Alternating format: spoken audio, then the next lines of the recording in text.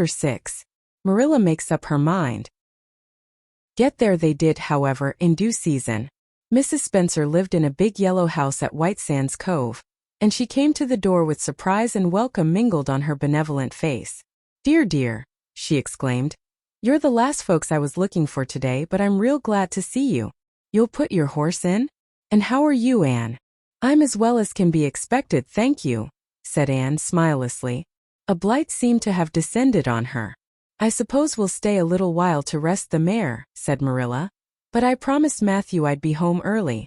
The fact is, Mrs. Spencer, there's been a queer mistake somewhere, and I've come over to see where it is. We sent word, Matthew and I, for you to bring us a boy from the asylum. We told your brother Robert to tell you we wanted a boy 10 or 11 years old." "Marilla Cuthbert, you don't say so," said Mrs. Spencer in distress. "Why, Robert sent word down by his daughter Nancy and she said you wanted a girl, didn't she, Flora Jane?" Appealing to her daughter who had come out to the steps. "She certainly did, Miss Cuthbert," corroborated Flora Jane earnestly.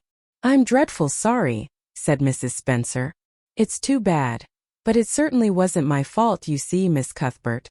I did the best I could and I thought I was following your instructions. Nancy is a terrible flighty thing. I've often had to scold her well for her heedlessness." "It was our own fault," said Marilla resignedly. "We should have come to you ourselves and not left an important message to be passed along by word of mouth in that fashion. Anyhow, the mistake has been made and the only thing to do is to set it right. Can we send the child back to the asylum? I suppose they'll take her back, won't they?" "I suppose so," said Mrs. Spencer thoughtfully. "But I don't think it will be necessary to send her back. Mrs. Peter Blewett was up here yesterday, and she was saying to me how much she wished she'd sent by me for a little girl to help her. Mrs. Peter has a large family, you know, and she finds it hard to get help. And will be the very girl for you. I call it positively providential." Marilla did not look as if she thought Providence had much to do with the matter. Here was an unexpectedly good chance to get this unwelcome orphan off her hands, and she did not even feel grateful for it. She knew Mrs. Peter Blewett only by sight as a small, shrewish-faced woman without an ounce of superfluous flesh on her bones. But she had heard of her. A terrible worker and driver, Mrs. Peter was said to be, and discharged servant girls told fearsome tales of her temper and stinginess, and her family of pert, quarrelsome children. Marilla felt a qualm of conscience at the thought of handing in over to her tender mercies. "Well, I'll go in and we'll talk the matter over," she said. "And if there isn't Mrs. Peter coming up the lane this blessed minute!" exclaimed Mrs. Spencer, bustling her guests through the hall into the parlor, where a deadly chill struck on them as if the air had been strained so long through dark green, closely drawn blinds that it had lost every particle of warmth it had ever possessed. "That is real lucky, for we can settle the matter right away. Take the armchair, Miss Cuthbert. And you sit here on the ottoman and don't wiggle. Let me take your hats. Flora Jane, go out and put the kettle on. Good afternoon, Mrs. Blewett. We were just saying how fortunate it was you happened along. Let me introduce you two ladies.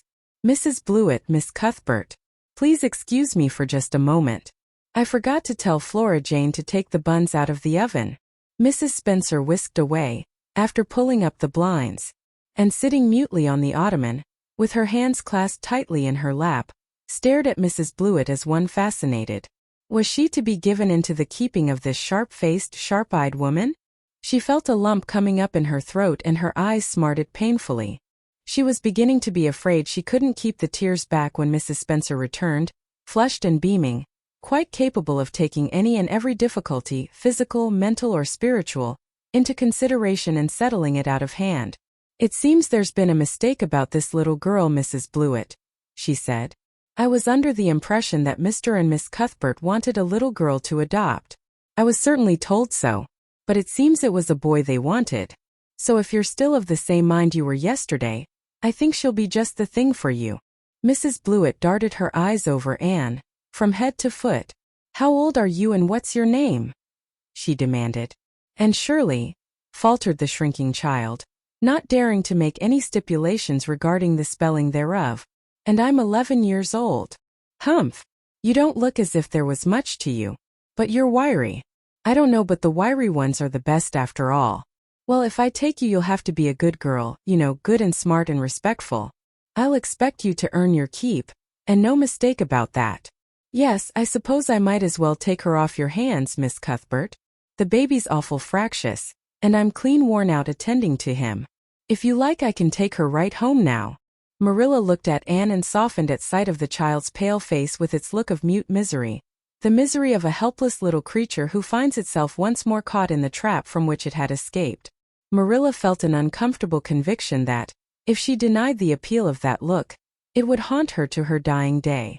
Moreover, she did not fancy Mrs. Blewett to hand a sensitive, high-strung child over to such a woman. No, she could not take the responsibility of doing that. Well, I don't know, she said slowly. I didn't say that Matthew and I had absolutely decided that we wouldn't keep her. In fact, I may say that Matthew is disposed to keep her. I just came over to find out how the mistake had occurred. I think I'd better take her home again and talk it over with Matthew. I feel that I oughtn't to decide on anything without consulting him. If we make up our mind not to keep her, we'll bring or send her over to you tomorrow night. If we don't, you may know that she is going to stay with us. Will that suit you, Mrs. Blewett? I suppose it'll have to, said Mrs. Blewett ungraciously. During Marilla's speech a sunrise had been dawning on Anne's face. First the look of despair faded out, then came a faint flush of hope. Her eyes grew deep and bright as morning stars. The child was quite transfigured. And a moment later, when Mrs. Spencer and Mrs. Blewett went out in quest of a recipe the latter had come to borrow, she sprang up and flew across the room to Marilla. Oh, Miss Cuthbert, did you really say that perhaps you would let me stay at Green Gables? She said in a breathless whisper, as if speaking aloud might shatter the glorious possibility. Did you really say it? Or did I only imagine that you did? I think you'd better learn to control that imagination of yours and, if you can't distinguish between what is real and what isn't, said Marilla crossly. Yes, you did hear me say just that and no more.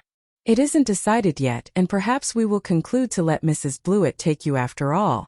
She certainly needs you much more than I do. I'd rather go back to the asylum than go to live with her, said Anne passionately. She looks exactly like a gimlet. Marilla smothered a smile under the conviction that Anne must be reproved for such a speech. A little girl like you should be ashamed of talking so about a lady and a stranger, she said severely. Go back and sit down quietly and hold your tongue and behave as a good girl should. I'll try to do and be anything you want me if you'll only keep me, said Anne, returning meekly to her ottoman. When they arrived back at Green Gables that evening Matthew met them in the lane. Marilla from afar had noted him prowling along it and guessed his motive. She was prepared for the relief she read in his face when he saw that she had at least brought back Anne back with her. But she said nothing to him relative to the affair, until they were both out in the yard behind the barn milking the cows. Then she briefly told him Anne's history and the result of the interview with Mrs. Spencer. I wouldn't give a dog I liked to that Blewett woman, said Matthew with unusual vim. I don't fancy her style myself, admitted Marilla. But it's that or keeping her ourselves, Matthew. And since you seem to want her, I suppose I'm willing, or have to be. I've been thinking over the idea until I've got kind of used to it. Seems a sort of duty. I've never brought up a child, especially a girl, and I dare say I'll make a terrible mess of it.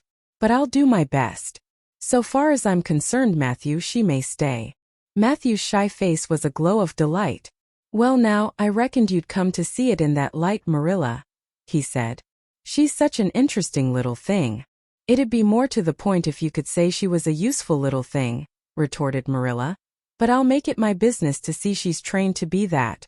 And mind, Matthew, you're not to go interfering with my methods. Perhaps an old maid doesn't know much about bringing up a child, but I guess she knows more than an old bachelor. So you just leave me to manage her. When I fail it'll be time enough to put your oar in. There, Marilla, you can have your own way, said Matthew reassuringly.